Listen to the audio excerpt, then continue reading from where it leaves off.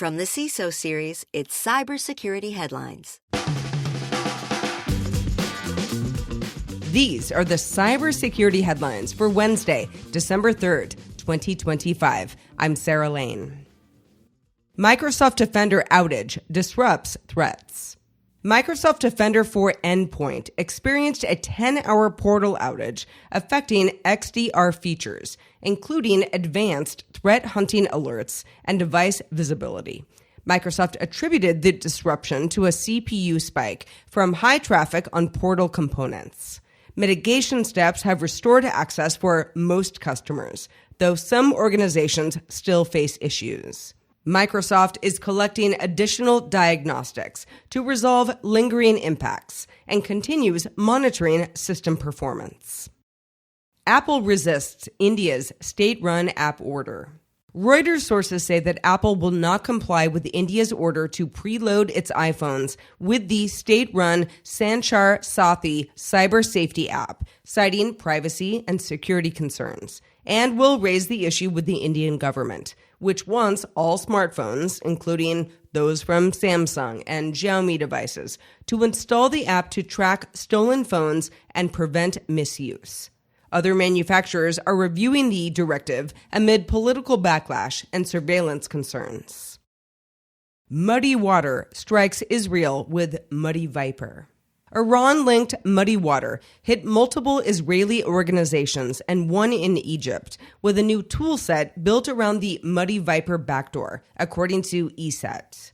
The group used a snake-themed footer loader, new credential and browser data stealers, and GoSox 5 reverse tunnels to maintain access, steal data, and stay quiet.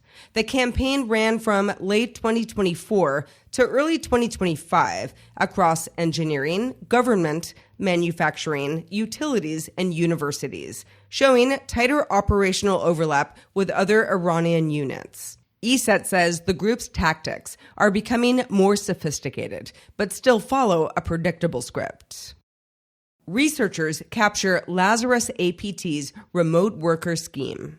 Researchers say that Lazarus Group's famous Kolyma unit was caught live trying to sneak North Korean IT workers into Western companies by posing as remote hires. Researchers from BCA Ltd, NorthScan, and Any.Run impersonated a U.S. developer and funneled the operators into sandboxed laptops, watching them use stolen IDs, AI-generated job application tools, OTP generators, and Google Remote Desktop to seize accounts without malware. The objective was full identity takeover to embed North Korean workers inside finance, crypto, healthcare, and engineering firms. Huge thanks to our sponsor, Vanta. This message comes from Vanta. What is your 2 a.m. security worry? Is it, do I have the right controls in place? Or are my vendors secure? Enter Vanta. Vanta automates manual work so you can stop sweating over spreadsheets, chasing audit evidence, and filling out endless questionnaires. Their trust management platform continuously monitors your systems, centralizes your data, and simplifies your security at scale. Get started at vanta.ciso. That's vanta.ciso. PickleScan vulnerabilities expose AI model supply chains. 3 critical zero-day flaws in PickleScan, a tool for scanning Python pickle files and PyTorch models, could let attackers bypass safeguards and distribute malicious ML models. One allowed file extension spoofing. Another exploited zip archive handling differences between PickleScan and PyTorch. And the third bypassed dangerous import blacklists via subclassing. The vulnerabilities have since been patched. University of Pennsylvania joins Klopp's Oracle EBS raid. The University of Pennsylvania confirmed a data breach after Klopp exploited a zero-day in Oracle's e-business suite, affecting at least 1,488 Maine residents. Attackers accessed personal and financial data used in payments, reimbursements, and general ledger processing. Penn patched systems, alerted law enforcement, and is offering 2 years of Experian credit monitoring. Legislation would designate critical cyber threat actors. Representative August Pfluger reintroduced the Cyber Deterrence and Response Act to let the U.S. formally designate foreign hackers behind major cyber attacks as critical cyber threat actors, subject to sanctions. The bill directs federal agencies, including the Office of the National Cyber Director, to attribute attacks with input from intelligence and threat firms. Targeted actors include those disrupting networks, stealing sensitive data, or threatening critical infrastructure, finance, energy, or elections. The president may waive sanctions with written explanation to Congress. Coast Guard mandates cybersecurity training.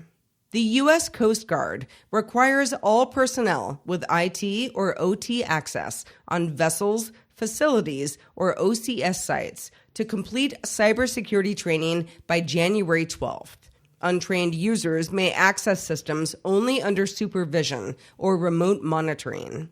Owners and operators must document training, maintain records, and ensure that contractors meet regulatory standards, with oversight tied to the cybersecurity plan and the designated cybersecurity officer.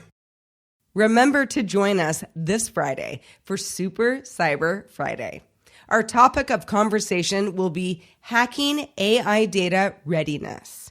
We are all so busy trying to deploy AI tools as quickly as possible. But before you can flip the switch, you have to make sure your data is ready.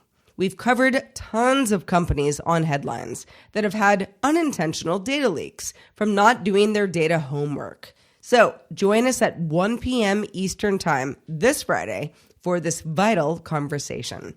Head on over to the event page at CISOseries.com to register. We can't wait to see you there. And if you have thoughts on the news from today or about our show in general, be sure to reach out to us at feedback@CISOseries.com. We'd love to hear from you. I am Sarah Lane reporting for the CISO Series, and I want you to stay classy out there, everyone. Cybersecurity headlines are available every weekday. Head to CISOseries.com for the full stories behind the headlines.